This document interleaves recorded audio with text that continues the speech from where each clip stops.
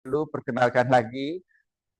Nah, ini pendahuluan. Ya, dengan memahami dan mengelola risiko strategik secara sistematis, kita hanya mampu mencegah kerugian, tetapi ya juga meningkatkan daya saing dan keberlanjutan usaha koperasi yang memiliki sistem manajemen risiko strategi yang baik akan lebih siap menghadapi perubahan dan seterusnya. Oleh karena itu pelatihan ini menjadi penting, jadi diklat untuk para manajer terutama nanti.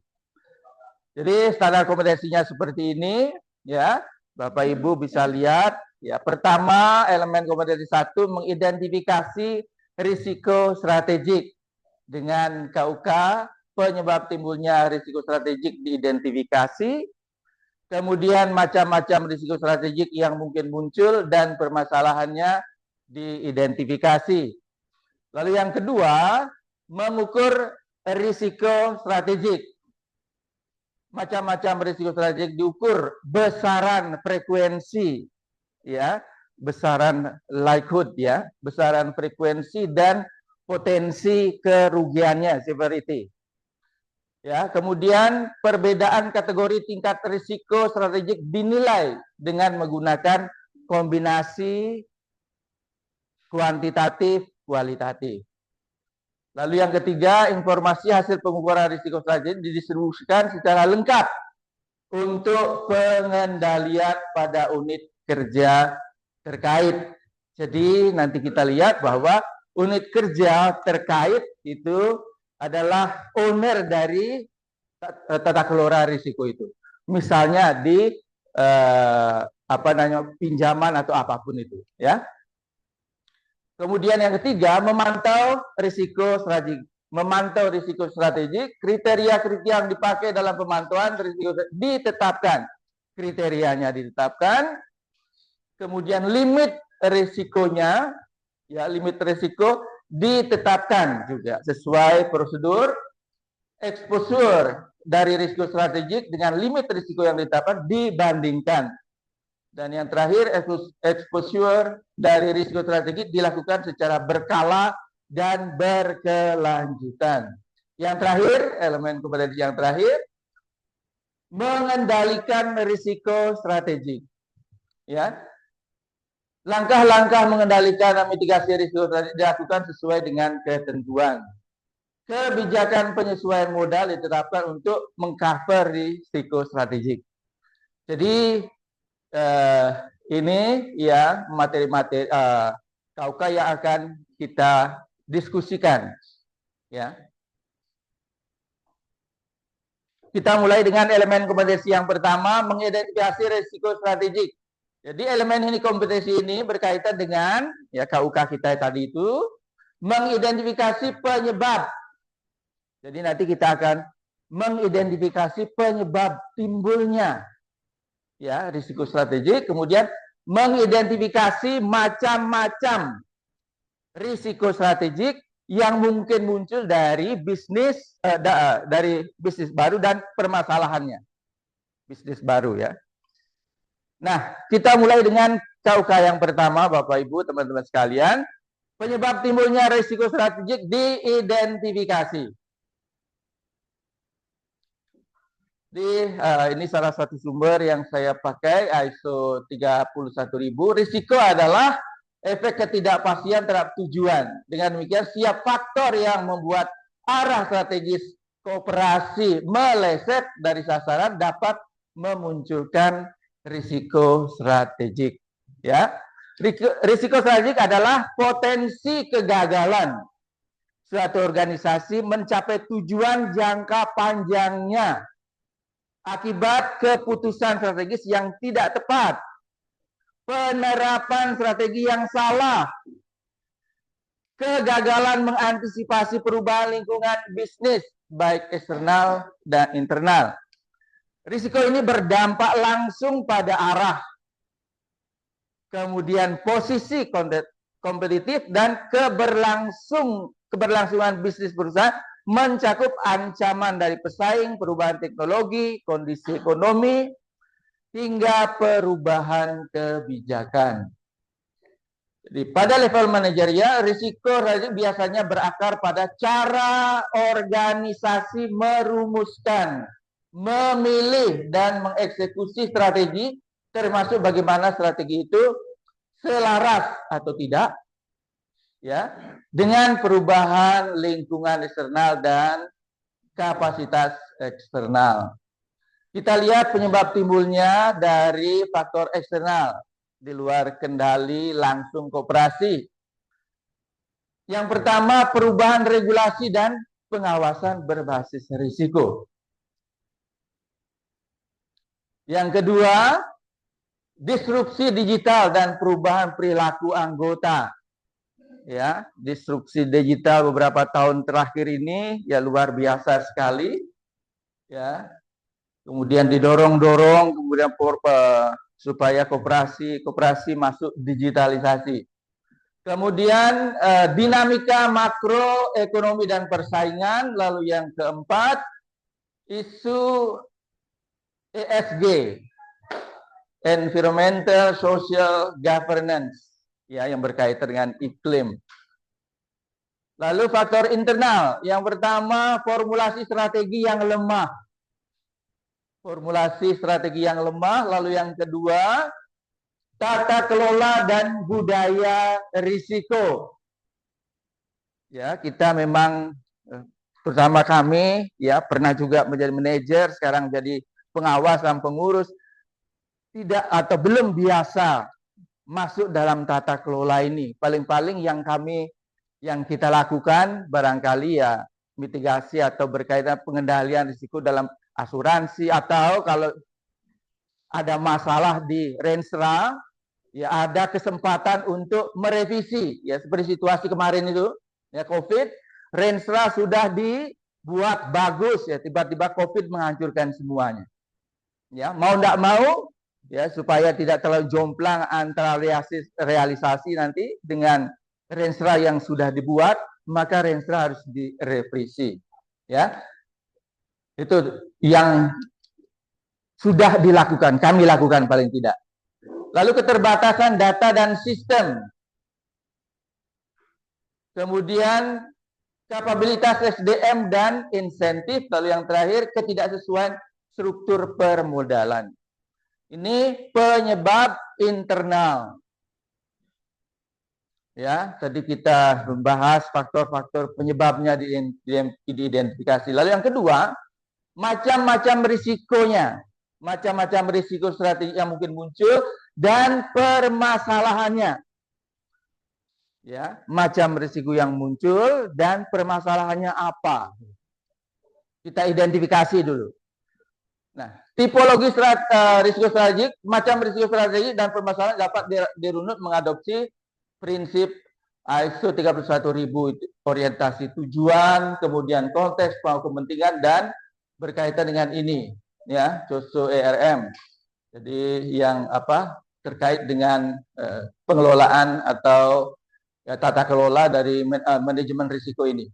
Identifikasi risiko strategi pada KSP dilakukan dengan menganalisis faktor internal, eksternal tadi sudah. Ya. Nah, bagaimana kita mengidentifikasi ini prosesnya? Yang pertama, ya, pemahaman konteks bisnis dulu. Ya, kalau kita mengidentifikasi risiko strateginya, pertama pemahaman konteks bisnis, memahami model bisnis KSP, ada visi, misi, dan tujuan strategisnya. Risiko strategis adalah dampak dari ketidaktepatan dalam pengambilan keputusan strategis atau kegagalan mengantisipasi perubahan lingkungan bisnis. Ya, jadi yang pertama pemahaman konteks bisnis dulu. Lalu yang kedua, kita melakukan analisis yang umum itu SWOT, ya. Jadi analisis SWOT menggunakan ya ini untuk mengidentifikasi potensi risiko dari faktor internal dan eksternal. Kita melihat internal, ya, kekuatan, kelemahan, lalu eksternal itu berkaitan dengan peluang dan ancaman atau tantangan. Yang ketiga, identifikasi risiko kemudian. Melakukan brainstorming atau menggunakan daftar periksa risiko untuk mengidentifikasi kemungkinan peristiwa atau kondisi yang dapat merugikan KSP. Saya beri catatan langsung di sini, itu kita langsung menyesuaikan dengan KSP atau koperasi masing-masing, terutama dari size-nya. Tentu akan sangat berbeda, ya. Ada yang besar sudah kompleks begitu, ada yang masih kecil dengan sedikit permasalahan. Kemudian yang kedua, penilaian dan evaluasi risiko, menilai kemungkinan terjadinya risiko dan dampak potensialnya terhadap keuangan, terhadap reputasi dan operasional KSP. Hal ini membantu dalam memprioritaskan risiko mana yang paling kritis. Lalu yang kelima, ya, dokumentasi dan pelaporan. Mendokumentasikan temuan dan melaporkannya kepada manajemen dan pengawas koperasi untuk tindakan mitigasi yang tepat. Jadi itu proses identifikasi risiko. Nah, macam-macamnya sekarang. Macam-macam dan permasalahannya. Yang pertama, risiko salah arah. Risiko salah arah itu masalahnya. Ya, masalah ya. Jadi macam-macam dan permasalahannya. Masalahnya, sasaran pertumbuhan aset terhadap anggota tidak realistis, bisa saja terjadi. Ya, kemudian produk tidak sesuai kebutuhan segmen karena sering dibuat dari balik meja, ya, bukan kebutuhan para anggota, ya. Kemudian pemicunya apa? Perencanaan tanpa analisis lingkungan, asumsi makro tidak diuji skenario. Indikator awalnya apa? Deviasi target rencana kerja dan anggaran itu lebih dari 20% selama 2-3 bulan berturut-turut. Kemudian tingkat adaptasi produk baru di bawah 30%. Jadi produk itu tidak laku atau sangat kurang laku begitu. Kemudian risiko model bisnis model. Masalahnya apa? Masalah ketergantungan pada satu sumber pendapatan.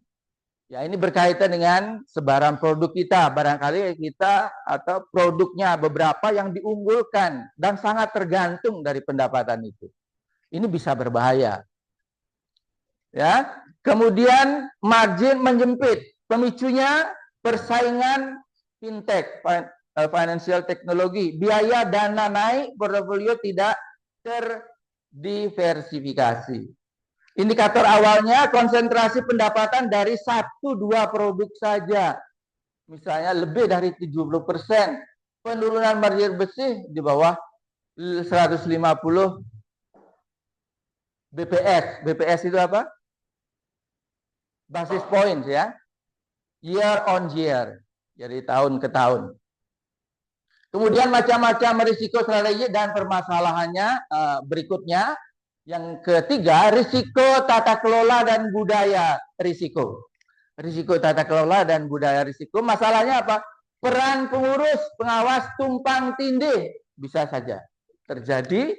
Kemudian KRI, risk indicator, ya, tidak ditetapkan. Jadi tidak ada indikator utama atau kunci dari risiko yang ditetapkan, tidak ada. Kemudian pemicunya 3 lini pertahanan tidak efektif. Lini pertahanan pertama apa? Owner dari risiko itu di mana? Di koperasi kita. Apakah di bagian pinjaman atau di pendanaan, ya. Lalu yang kedua, lini yang kedua itu ada fungsi dari pengawasan dan kepatuhan. Lalu yang ketiga, lini yang ketiga itu internal audit. Ya, tidak efektif. Komite risiko kalau ada, ya. Ini sekali lagi tergantung dari size koperasi kita. Ada koperasi-koperasi besar sudah mempunyai komite sejenis ini atau apapun namanya, tapi yang khusus menangani bidang ini. Kemudian indikator awalnya apa? Rapat komite risiko tidak rutin. Ada, tetapi tidak rutin bertemu. Ya. Kemudian tidak rutin, temuan audit atau pengawas berulang lebih dari 2 siklus. Kemudian tidak ada risk appetite statement. Risk appetite statement, pernyataan risiko yang dibolehkan gitu ya. Ini harus dibuat mungkin nanti dalam bentuk persis di masing-masing koperasi ya. Di bidang ini berapa ya, frekuensi seperti apa dan dampak seperti apa yang masih bisa diterima. Ya. Lalu yang keempat, risiko reputasi. Masalahnya keluhan anggota viral. Ya, tidak ditangani, dibiarkan begitu saja. Ya, karena tidak ada penanganan terhadap keluhan-keluhan ini secara baik, ya. Kemudian isu etika atau benturan kepentingan, pemicunya komunikasi krisis lemah. Jadi ada komunikasi berkaitan krisis, ya, krisis communication itu lemah. Transparansi rendah, kualitas layanan juga turun. Indikator awalnya peningkatan komplain terverifikasi lebih dari 50% wartalan. Sentimen negatif media sosial meningkat. Ya, apalagi model sekarang ya kita tahu hal-hal yang tidak baik ya berkaitan dengan koperasi barangkali lebih gampang menyebar atau menular kemana-mana dibandingkan dengan hal yang baik. Ya. Lalu yang berikutnya, risiko digital dan keamanan. Masalahnya, transformasi digital tanpa kontrol keamanan memadai. Kebocoran data anggota. Ya. Lalu pemicunya orientasi, otentifikasi lemah, login tidak memadai, tidak ada uji kerentanan. Ini berkaitan dengan teknologi ya, digital. Kemudian indikator awalnya insiden siber itu lebih dari 2 per kuartal. Jadi ada insiden yang berkaitan siber. Ya, kelemahan-kelemahan kekurangan atau masalah di teknologi kita. Lalu downtime layanan lebih besar dari 1%, sering mengalami gangguan. Kemudian tidak ada uji DRP, Disaster Recovery Plan, dan seterusnya, teman-teman, Bapak Ibu sekalian. Lalu yang keenam, risiko kepatuhan dan regulasi. Masalahnya apa? Kegiatan usaha atau produk baru tidak sejalan dengan ketentuan. Pelaporan profil risiko tidak lengkap. Itu pemicunya. Kemudian indikator awalnya, temuan pengawasan dengan kategori material, dan seterusnya. Bapak Ibu, demikian beberapa macam-macam dan permasalahan yang mencatat ada ini, barangkali bisa ditambahkan lagi, ya, disesuaikan atau dikurangi sesuai dengan koperasi kita masing-masing. Baik, kita lanjutkan ke elemen kompetensi yang kedua, mengukur risiko strategik. Elemen ini berkaitan dengan apa? Ada 3 KUK yang kita lihat tadi itu. Pertama, mengukur macam-macam risiko strategik berdasarkan besaran frekuensi likelihood-nya, sering terjadinya, dan potensi kerugiannya, impact. Kemudian menilai perbedaan kategori tingkat risiko strategik dengan menggunakan kombinasi aspek kuantitatif dan kualitatif. Lalu mendistribusikan informasi atau pembukaan secara lengkap untuk tujuan pengendalian pada unit kerja terkait. Ya, unit kerja terkait itu pemilik risiko, owner yang harus mengerjakan itu. Kemudian yang kita mulai dengan KUK 2.1, macam-macam risiko strategi diukur. Kita mengukur sekarang. Ya, pengertiannya mengukur risiko strategi berarti menilai seberapa sering risiko dapat terjadi, frekuensinya.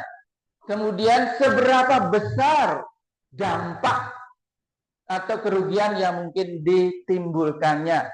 Seperti tujuan pengukuran ini adalah agar koperasi memiliki dasar objektif, ya, untuk menentukan tingkat prioritas risiko. Ya, prioritas risiko, jangan semua risiko kemudian tangan malah bingung. Nanti ditentukan prioritasnya mana, kita akan lihat nanti beberapa contoh. Ya. Kemudian prioritas risiko dan menyiapkan langkah pengendalian yang proporsional. Menurut ini ISO 30000, pengukuran risiko mencakup ini: analisis risiko yang menilai tingkat kemungkinan terjadinya konflik, serta evaluasi risiko, risk evaluation, yang membandingkan hasil tersebut dengan kriteria yang telah ditetapkan. Nah, dalam konteks ISO, pengukuran risiko strategi dapat dilakukan dengan metode semi kuantitatif menggunakan skala penilaian scoring berdasarkan data historis dan penilaian ahli, expert judgment. Ya, nanti beberapa contoh ya akan saya berikan, nanti silakan kita melengkapi ya teman-teman sekalian. Baik, ini langkah-langkah mengukur risiko. Yang pertama, menetapkan skala frekuensi likelihood. Ini contohnya Bapak, menentukan seberapa sering risiko tadi mungkin terjadi berdasarkan pengalaman atau data historis koperasi. Skor 1, 2, 3, 4, 5, frekuensi sangat, kalau 1 itu sangat jarang, 2 jarang, dan seterusnya. Kriteria umumnya, misalnya contoh nanti disesuaikan lagi ya dengan koperasi masing-masing. Terjadi sekali dalam lebih dari 5 tahun, misalnya. Terjadi yang jarang, terjadi setiap 3 sampai 5 tahun. Ini contohnya ya, perubahan regulasi besar. Kemudian kadang-kadang terjadinya 1 sampai 2 kali dalam 2-3 tahun. Misalnya penurunan jumlah anggota. Lalu yang sering terjadi setiap tahun. Setiap tahun misalnya di sini kegagalan terjadi produk baru. Membuat produk baru gagal, kemudian buat lagi, revisi gagal lagi dan seterusnya. Sangat sering terjadi beberapa kali dalam setahun, beberapa kali di dalam 1 tahun. Misalnya yang sering gangguan sistem digital, ya, terjadi downtime atau ya internet yang tidak bagus dan seterusnya. Ini gangguan sistem digital, kemudian keluhan publik. Yang kedua, langkah kedua, menetapkan skala dampaknya, impact severity. Dampak risiko dapat diukur dari besaran kerugian. Tadi kalau keseringnya terjadi, ya. Frekuensi. Kalau ini besaran kerugian keuangan, kemudian gangguan operasional, reputasi, dan kepatuhan. Skor 1 kategori dampak itu sangat rendah. Ya, kriteria keuangan, misalnya kerugian di bawah 1% dari modal, tidak berdampak pada anggota. Kemudian yang skor 2 termasuk kategori dampaknya rendah, kerugiannya 1-5% dari modal, reputasi lokal sedikit terpengaruh. Demikian seterusnya sampai sangat tinggi, teman-teman Bapak Ibu sekalian. Nah, ini menghitung skornya sederhana saja, ya. Nanti Bapak Ibu silahkan bisa menyederhanakan lagi atau melengkapi atau membuat lebih rumit juga bisa. Menghitung skor risiko, rumusnya skor risiko adalah frekuensi kali impact dampaknya. Ini ya contoh, misalnya risiko gagal implementasi digitalisasi koperasi, frekuensinya sering 4, ya kan, skornya. Dampaknya juga tinggi 4. Ya, tinggal kalikan saja. Sederhana. Ya, Bapak Ibu. Nah, ini mengelompokkan skor kemudian. Kita kelompokkan sekarang. Ya. Kalau skornya 1 sampai 5 misalnya rendah. Ya, ini kembali lagi kita barangkali membuat di koperasi masing-masing, membuat persis sesuai dengan koperasinya masing-masing itu. Ya, berkaitan dengan ini. Ya. Di kategori risiko rendah, risiko dapat diterima tanpa tindakan besar. Ya. Kemudian skor kelompok 6 sampai 10 sedang, risiko perlu dipantau dan dikendalikan terbatas. Ya. Lalu 11 sampai 5, kelompok 11 sampai 5 tinggi, risiko harus dikendalikan dengan rencana mitigasi. Mitigation plan. Lalu 11 sampai 16 sampai 25 misalnya sangat tinggi, risiko strategik prioritas utama, risiko strategik prioritas utama untuk pengendalian dan pelaporan khusus. Yaitu kalau kita kelompokkan dari skor-skor tadi. Ya, sekali lagi ini contoh saja, silakan disesuaikan, tapi yang jelas ada panduan untuk ini dalam bentuk kebijakan. Ya, setelah kita tadi mengidentifikasi risiko dan seterusnya, ya, sesuai dengan langkah-langkah yang sudah kita buat, termasuk brainstorming tadi. Ya, ini contoh tabel pengukurannya, Bapak Ibu teman-teman sekalian. Jadi, yang pertama jenis risiko kita lihat misalnya gagal implementasi layanan, frekuensinya 4, dampaknya 4, skornya ya tinggal kalikan. Kategorinya sangat tinggi. Kita sudah kelompokkan tadi yang 16 sampai 25. Ya, misalnya apa? Sistem tidak terpakai, kepercayaan anggota turun. Ya, lalu ketergantungan pada satu sumber pendanaan. Ya, frekuensinya 3, lalu dampak 5, 15 dan seterusnya. Ini contoh saja.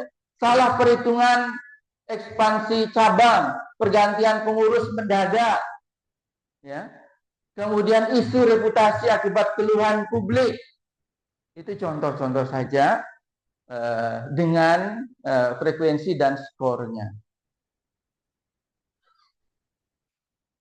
Yang KUK 2.2, perbedaan kategori tingkat risiko tadi dinilai menggunakan kombinasi aspek kuantitatif dan kualitatif. Baik, yang pertama menilai perbedaan kategori tingkat risiko dalam menilai dan mengkategorikan tingkat risiko strategik koperasi mendasarkan diri pada kombinasi aspek kuantitatif tadi, ya, dan aspek kualitatif seperti relevansi terhadap strategi jangka panjang koperasi, aspek kualitatifnya, kesiapan pengendalian internal yang sudah ada, dan tingkat keterpaparan exposure koperasi terhadap pihak eksternal, anggota, regulator, publik dan seterusnya. Ini contohnya matriks risiko strategik, risk matrix template, ya. Risk matrix adalah alat visual menentukan tingkat prioritas risiko. Ya, contohnya contoh matriks 55, ya. Ini frekuensi, ini dampak. Dampak 5, frekuensi 1. Ini sedang. Ya. Demikian seterusnya, dampak 5, frekuensi jarang. Ini. Ya, kita lihat tadi pengelompokan skor tadi.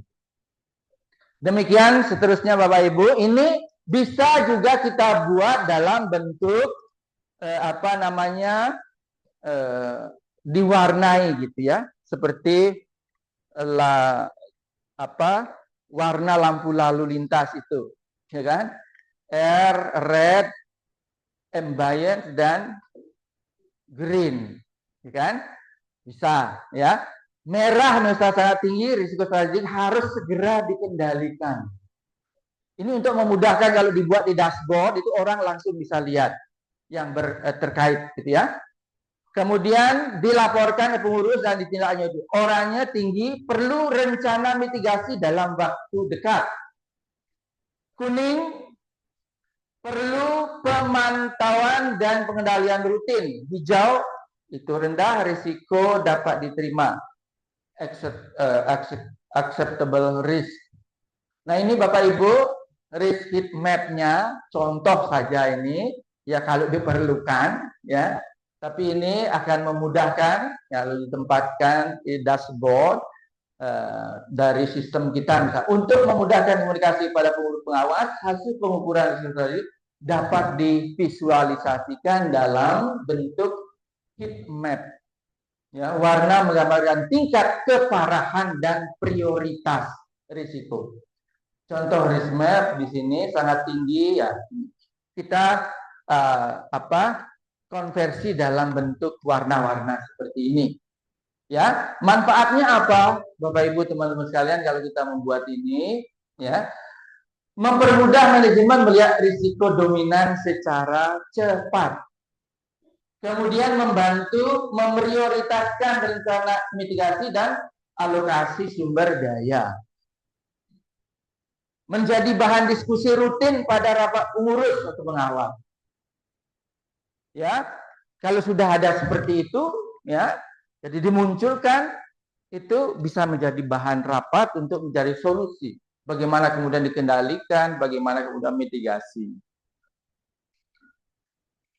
Baik, yang 2.3, informasi hasil pengukuran risiko didistribusikan secara lengkap untuk tujuan. Jadi hasil pengukuran tadi kemudian didistribusikan secara lengkap untuk tujuan pengendalian pada unit kerja terkait. Hasil pengukuran pengkategorian risiko strategik perlu disampaikan secara sistematis pada pihak-pihak terkait di koperasi. Distribusi informasi ini penting untuk memastikan setiap unit kerja mengetahui profil risiko strategik dan tanggung jawab pengendaliannya. Tujuannya apa? Menjamin seluruh pengambilan keputusan memahami posisi risiko terkini koperasi. Menjadi dasar perencanaan mitigasi dan kebijakan strategis koperasi. Mendukung prinsip transparansi dan accountability dalam tata koperasi yang baik. Good cooperative governance. Ya, ini tujuan distribusi informasi. Alurnya Bapak Ibu, unit manajemen risiko yang bertanggung jawab itu pada unit kerja bersama melakukan pengukuran risiko secara berkala. Kemudian hasil pengukuran dituangkan dalam risk register. Jadi daftar risiko, kemudian risk heat map tadi.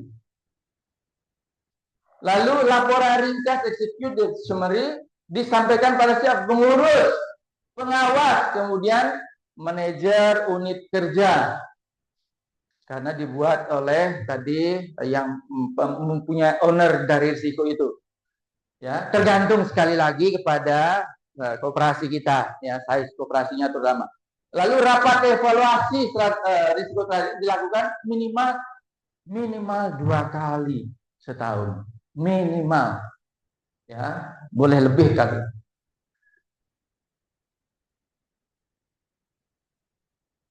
Ini contoh alur komunikasinya, ya, dan seterusnya Bapak Ibu, contoh saja sesuai dengan kepentingan kita. Unit kompetensi, elemen kompetensi yang ketiga, memantau risiko strategik. Elemen ini berkaitan menetapkan kriteria-kriteria yang dipakai dalam pemantauan risiko strategik sesuai peraturan dan memenuhi ketentuan, menetapkan limit risiko strategis sesuai prosedur. Kemudian membandingkan exposure risiko strategis dengan limit risiko yang ditetapkan. Limit risiko risk appetite tadi. Kemudian melakukan exposure risiko secara berkala dan berkelanjutan. Berkala dan berkelanjutan. Kita mulai satu-satu. Kriteria dalam pemantauan risiko ditetapkan. Jadi pemantauan risiko strategik bertujuan memastikan agar arah strategi koperasi tetap on the track, tetap terhadap tujuan, risk appetite, dan kewajiban kepatuhan. Lalu kriteria pemantauan perlu jelas, terukur, dan selaras dengan rencana kerja tahunan, serta kebijakan manajemen. Prinsipnya relevan terhadap tujuan strategis, pertumbuhan anggota, misalnya kualitas, kesehatan likuiditas, dan seterusnya. Terukur dan dapat diaudit. Ya, definisi jelas, sumber data, frekuensi, penanggung jawabnya siapa, jelas. Sensitif dan dini, mampu menangkap gejala awal. Ya, leading indicators bukan hanya akibatnya saja, tapi gejala awal sudah bisa dideteksi. Dapat ditindaklanjuti, jelas ambang batasnya, skenario respons, dan ownernya siapa. Lalu proporsional terhadap berisiko. Biaya pemantauan tidak melebihi manfaat kontrol. Ya, Bapak Ibu, teman-teman sekalian, ini komponen minimum dalam pemantauan kita. Jadi jelas, pertama definisi risikonya harus jelas. Ya, risk statement-nya dan unit pengukurannya, misalnya dengan persentase, ya kalau kuantitatif tadi. Jumlah kasusnya. Lalu ambang batas, threshold-nya. Level green, amber, red, yang membedakan normal, waspada, dan kritis.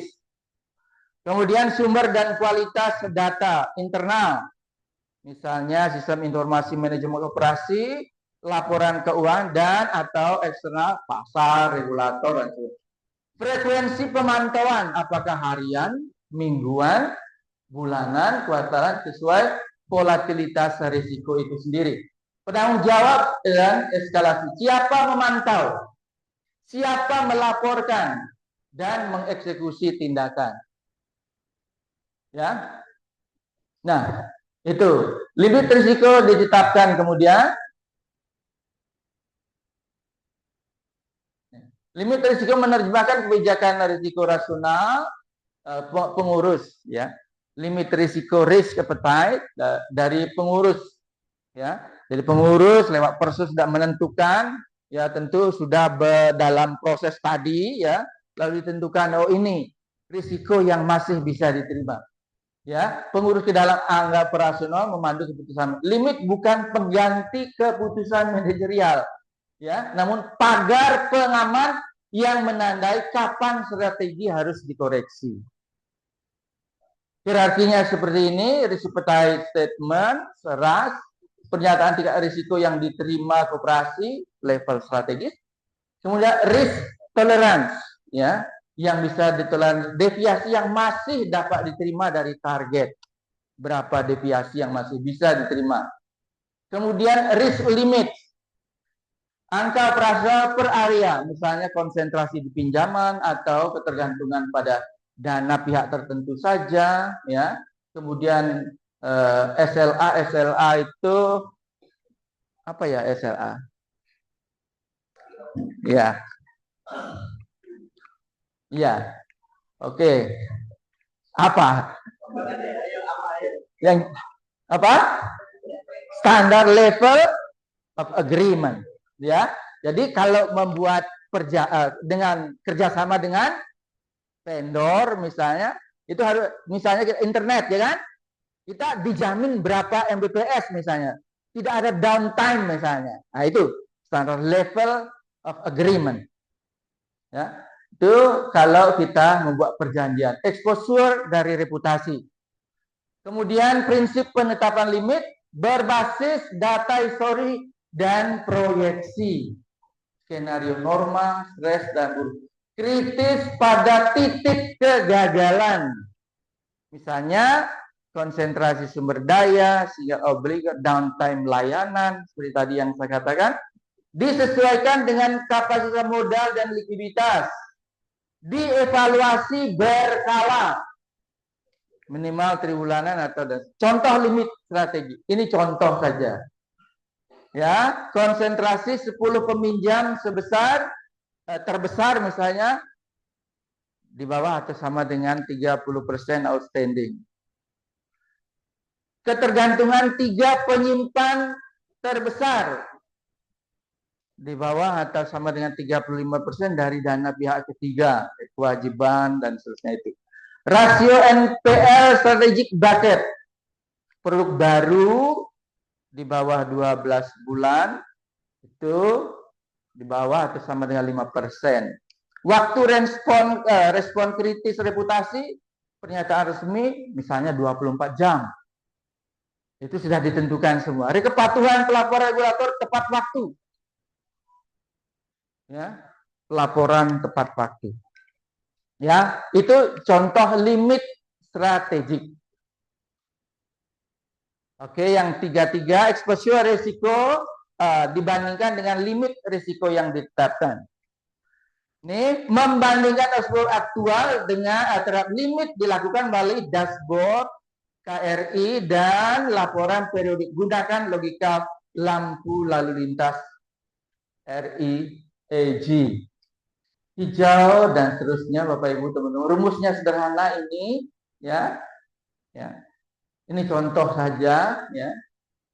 Skor KRI normalisasi nilai aktual bagi limit kali 100, misalnya contoh. Deviasi target, misalnya. Ya. Contoh analisis cepat, jika ketergantungan top 3 penyimpan mencapai 38%, dari limit 35% tadi, itu berarti status merah. Ya, hentikan penawaran suku bunga khusus pada 3 penyimpan besar. Percepat program diversifikasi dana retail dan aktifkan funding contingency plan. Ya, itu. Baik, yang 34 exposure risiko strategi dilakukan secara berkala dan berkelanjutan. Pemantauan harus menjadi siklus yang berkelanjutan. Bapak Ibu, ukur, kemudian membandingkan, lalu melaporkan, lalu tindak lanjut, evaluasi, perbaiki limit. Integrasikan ke rapat manajemen, komite risiko, dan rapat pengurus penguat. Frekuensi yang disarankan, misalnya harian, mingguan, KRI digital, downtime, anomali login, dan seterusnya. Itu misalnya di program atau TI kita. Kemudian bulanan, konsentrasi portofolio, dan seterusnya, tribulanan, tahunan. Kemudian ada ini RACI yang ringkas, R, unit manajemen R responsible, siapa yang melakukan itu. Kemudian penanggung jawabnya siapa, accountable, direktur, misalnya contohnya di sini, ya, nanti sekali lagi disesuaikan. Kemudian consulted, konsultasinya ke siapa, pengurus, pengawas. Kemudian inform, yang diinformasikan, penyampaian informasi pada seluruh kepala unit misalnya. Itu RACI, RACI ya. Ini contohnya, contoh tabel kiris indikator, catatan angka ambang berikut hanya contoh teman-teman. Jadi kita lihat di sini 1, 2, 3, 4, 5 area strategi model bisnis bisa KRI-nya konsentrasi 10 peminjam terbesar. Definisi dan sumber data, persentase outstanding 10 terbesar total portofolio sistem kredit. Ini ambang hijau. Ambang hijau itu dia di 25% atau lebih kecil. Kemudian ambang kuning kalau dia 25 sampai 30%, ambang merah di atas 30%. Frekuensi bulan yang PIC-nya siapa? Misalnya di sini manajer kredit misalnya. Ya. Lalu pendanaan, ketergantungan pada top 3 penyimpan. Nih contohnya. Lalu pertumbuhan strategi, akuisisi anggota baru, jumlah dan seterusnya, kualitas inovasi, digital, system availability, uptime kanal digital, dan seterusnya yang bertanggung jawab. bagian TI. Ya. Ini berikutnya yang 6 dan seterusnya. Itu contoh saja, silakan menyesuaikan dengan kebutuhan kita. Ya.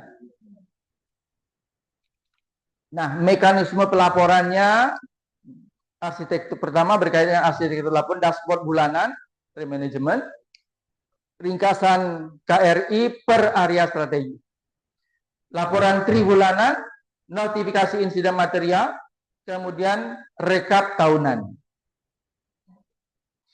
Ya, itu mekanisme pelaporan. Lalu yang template, ya, ringkasan eksekutif, misalnya 1 halaman. Ini contoh saja, ringkas kinerja strategi dan RAG, 3 risiko prioritas dan akar penyebabnya, mitigasi kunci dan status on track, at risk, atau off track, kemudian keputusan diperlukan pengurus, lalu perubahan limit,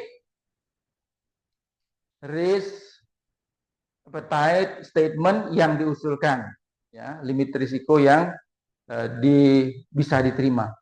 Lalu yang ketiga, alur eskalasi yang singkat. Owner KRI kirim dashboard ke manajemen risiko. Kalau ada manajemen risiko, ya, misalnya H+3 setelah akhir bulan. Ini harus dibuat, ya.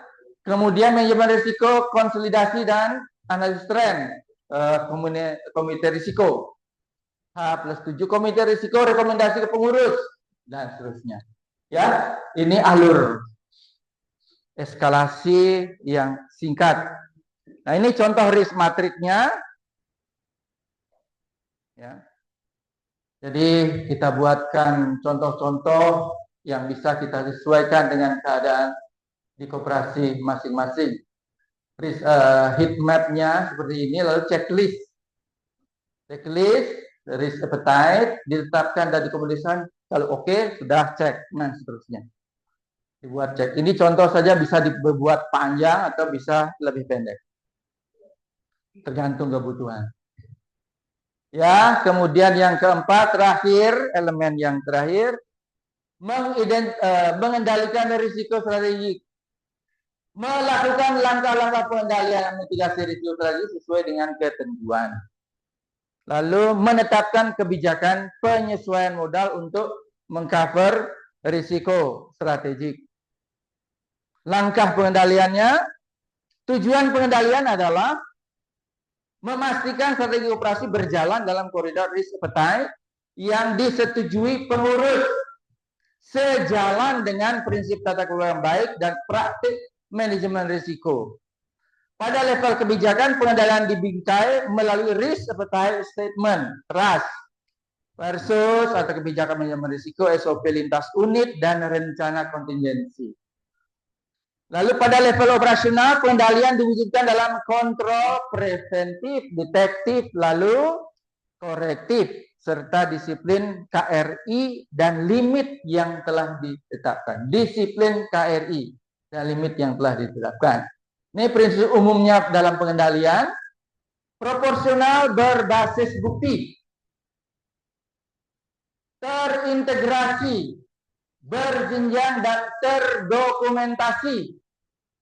3 lini pertahanan tadi, ya, saya sebutkan di awal. Pemilik proses, first line, kemudian fungsi risiko dan patuhan, second line, dan audit internal, third line. Lalu kepatuhan, mematuhi ketentuan kementerian, misalnya kehati-hatian dan seterusnya. Ya, tuh. Lalu taktiknya ada 41C, treat, mitigasi, memperkuat proses. Kemudian SDM, sistem diversifikasi dan kebijakan harga. Transfer, alihkan sebagian eksposur melalui misalnya asuransi, kemitraan, dan seterusnya. Terminate, hentikan inisiatif atau produk yang tidak sejalan dengan RAS. Tolerate, terima risiko pada level rendah dengan pemantauan ketat. Lalu plan. Sudah mulai capek ya Pak ya?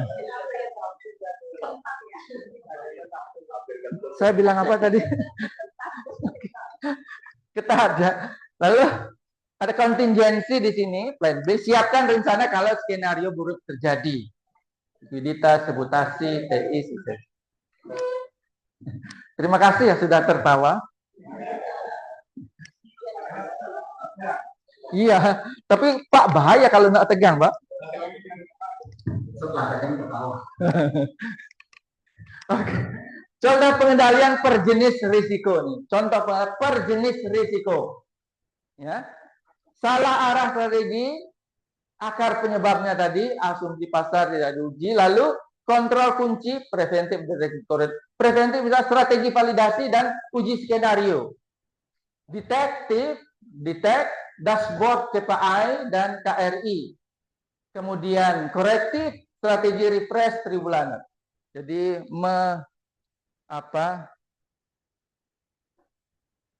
membuat sehat lagi atau refresh, refresh lagi dari strategi kita.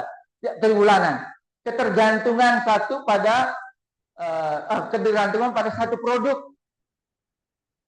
Ya, model bisnis monoline, akar penyebabnya ketergantungan pada satu produk. Jadi sekali lagi, contoh ini jenis risikonya model bisnis monoline, penyebabnya itu, kemudian kontrol kuncinya. Demikian Bapak Ibu contoh dari pengendalian per jenis risiko, karena kita bicara tadi pengendalian. Ya. Lalu contoh rencana mitigasinya, ini contoh-contoh, tadi konsep-konsep, ini contoh yang bisa kita sesuaikan. Kemudian risiko tergantungan top 3 penyimpan. Tujuan turunkan konsentrasi di bawah atau sama dengan setidaknya 30% dalam 90 hari. Ya. Kemudian akar penawaran suku bunga khusus tanpa batasan pemasaran dana. Maka aksi mitigasi dan RACI-nya, hentikan promo khusus 3 penyimpan terbesar yang pelaksana keuangan, bidang keuangan, lalu tanggung jawabnya accountable director. Hari ke-7. Demikian seterusnya. Luncurkan produk simpanan, kampanye 1000 anggota, 1000 rekening. Negosiasi terming ulang termnya, jatuh tempo dan seterusnya. Ya, ini contoh rencana mitigasi. Ya, kita bicara pengendalian mitigasi tadi. Oke, Bapak Ibu, teman-teman sekalian, terakhir ini kebijakan penyesuaian modal untuk mengcover risiko strategik ditetapkan. Selain mitigasi proses, koperasi menyediakan cadangan modal risiko strategik, capital buffer, add-ons, ya, CAS, capital add-ons, ya, strategik untuk menyerap potensi kerugian jika skenario buruk. Prinsipnya modal garis pertahanan terakhir. Ya. Pendekatan yang bisa diterapkan ini, Bapak Ibu, skenario kerugian, skor ke modal, kemudian stress uji sederhana. Ya, contoh numeriknya modal saat ini demikian. Maka ya kita lihat ya yang dibutuhkan berapa begitu ya. Dan terapkan ini. Ya. Jadi kita lihat bobot 14% dengan modal 10 miliar, CAS, capital add-on strategiknya 1,4 miliar. Lakukan kalibrasi tahunan. Ya, berdasarkan realisasi kerugian dan penilaian pengawas pengurus. Kebijakan operasional cadangan modal, penempatan dipisahkan dalam akun khusus. Kita sudah ada itu ya. Pemakaian hanya untuk menutup dampak risiko strategik. Ya, pemulihan target pengisian kembali dalam menu surat. Jadi diisi lagi ya. di bawah atau sama dengan 12 bulan melalui laba ditahan dan atau penyesuaian. Tata kelola perubahan parameter demikian. Ya, ini lampiran saja ya contoh template rencana mitigasi yang bisa Bapak Ibu kita kembangkan ya. Ini usulan saja, bisa dilengkapi atau dikurangi ya. Seperti itu dalam bentuk tabel model seperti ini, lalu trigger dan skala branch kuning, owner menyampaikan mitigasi, kalau bridge merah, hentikan aktivitas dan seterusnya.